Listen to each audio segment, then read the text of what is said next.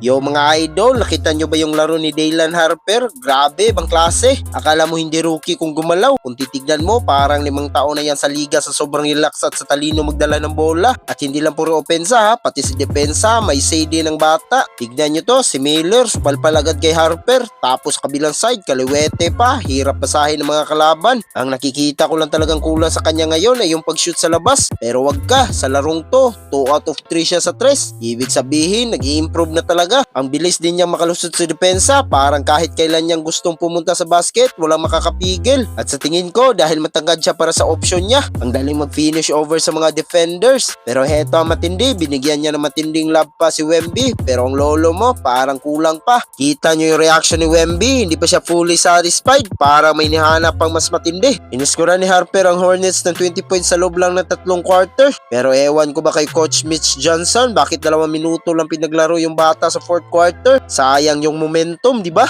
Pero anyway, elite na elite ang pinakita ni Daylan Harper. Ang dami talaga magagaling na rookies ngayong taon. Pero itong batang to, may special na kislap talaga. Kayo mga idol, ano tingin nyo? Kulang pa ba yung pinakita ni Harper para kay Wemby? Comment nyo yan sa baba, pag-usapan natin yan. Huwag kalimutan mag-like at subscribe. Peace out!